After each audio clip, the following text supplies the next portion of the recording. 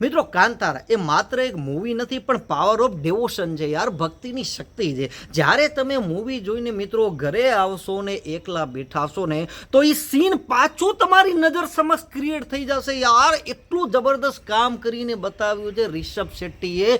ત્યારે તો રામ ગોપાલ વર્માએ મિત્રો એમના વખાણ કરવા પડ્યા છે ને એમણે જે સ્ટેટમેન્ટ આપ્યું છે ને એનું સાદી ભાષામાં વાત કરું તો એમણે કીધું કે યાર રિષભ શેટ્ટી પોતે તો ધંધો કરી ગયો પરંતુ બીજાને ધંધે લગાડી નાખ્યા યાર. ખરેખર ભારતના બીજા ફિલ્મ નિર્માતાઓને શરમ આવી જોઈએ કે રિષભ શેટ્ટીએ શું કામ કર્યું છે. એમની આખી કાંતારાની ટીમના વખાણ કર્યા છે કે યાર શું વીએફએક્સ મૂવીનું ડાયરેક્શન, એક્ટિંગ બધું લાજવાબ છે યાર. અને એ કહે છે કે રિષભ શેટ્ટી હું તમને શું કહું મને ખબર નથી પડતી, હું તમને એક મહાન નિર્દેશક કહું કે હું તમને એક મહાન એક્ટર કહું યાર. તમે એટલું જબરદસ્ત કામ કર્યું છે.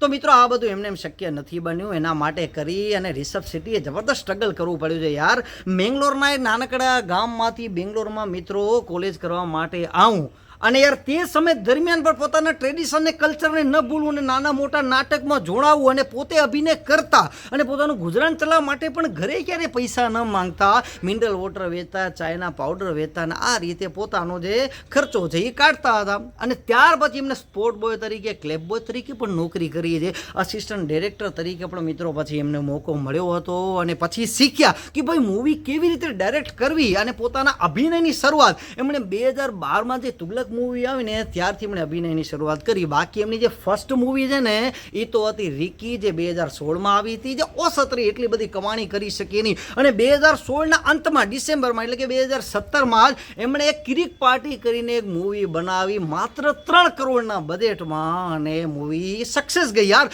સેન્ડલવુડ એટલે કે કનાડા સિનેમામાં એમણે જબરદસ્ત નામના મેળવી લીધી. અને ત્યાર પછી મિત્રો 2018માં સરકારી હાઈ પ્રશાલા નામની એક કાસરગોડાની મૂવી આવી અને એ મૂવીએ એમને જબરદસ્ત નામના મેળવી લીધી ને આને તો યાર રાષ્ટ્રીય પુરસ્કારથી સન્માનિત કરવામાં આવ્યા. પણ ત્યાર પછી એમણે મિત્રો મહેનત કરવાનું શરૂ કર્યું અને 2022માં એક લેજન્ડ મૂવી લઈને આવ્યા અને જેણે ભારતીય ફિલ્મ જગતને હલાવીને રાખી દીધા યાર, કાંતારા.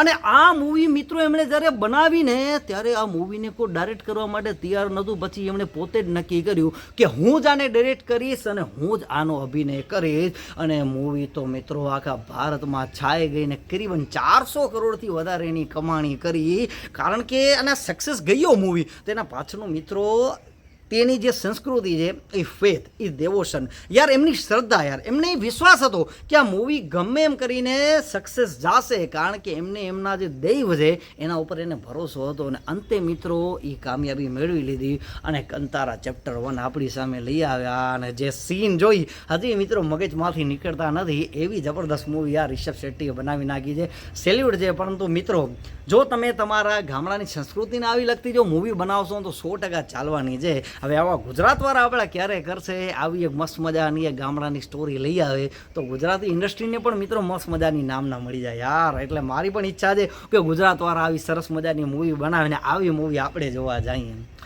જય હિન્દ, જય ભારત.